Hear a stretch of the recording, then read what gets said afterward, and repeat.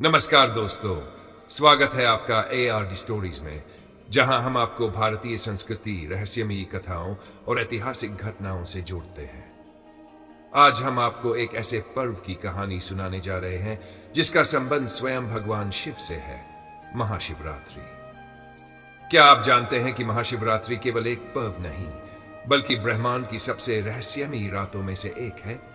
इस वीडियो को अंत तक देखिए, क्योंकि हम आपको महाशिवरात्रि के उन रहस्यों से परिचित कराएंगे जिनके बारे में बहुत कम लोग जानते हैं। तो चलिए शुरू करते हैं आज की कहानी। सृष्टि की रचना से पहले केवल अंधकार था, ना समय था, ना दिशा और ना ही कोई चेतना। लेकिन उस अंधकार में भी एक ऊर्जा विद्यमान थी, वह ऊर्जा जो सृजन और विनाश दोनों की आधार थी। जब यह ऊर्जा जागृत हुई, तब भगवान शिव प्रकट हुए। वह ना आदि थे, न अंत।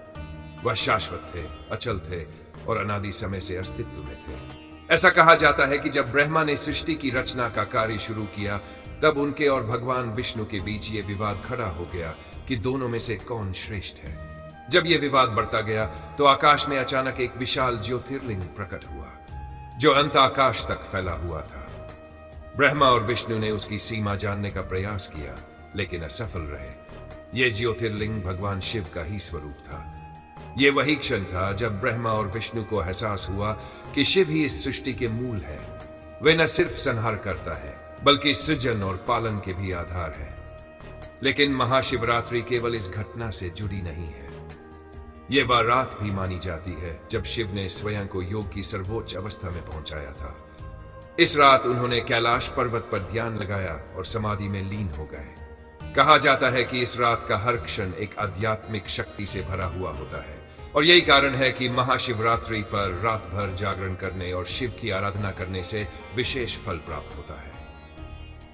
अब एक दूसरी कथा की बात करें तो महाशिवरात्रि वह दिन भी माना जाता है जब शिव और माता पार्वती का विवाह हुआ था। माता पार्वती ने भगवान शिव को पति रूप में प्राप्त करने के लिए वर्षों तक कठोर तपस्या की थी। उनके प्रेम और समर्पण से प्रसन्न होकर शिव ने विवाह के लिए सहमति दी।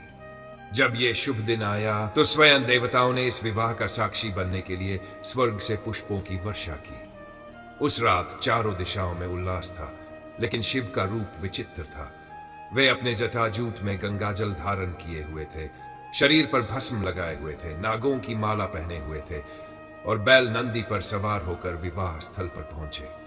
उनके इस रूप को देखकर माता पार्वती की माता और अन्य परिजन घबरा गए। लेकिन पार्वती जानती थी कि शिव को बाहरी रूप से नहीं, बल्कि उनके भीतर के दिव्य तत्व से पहचानना होगा।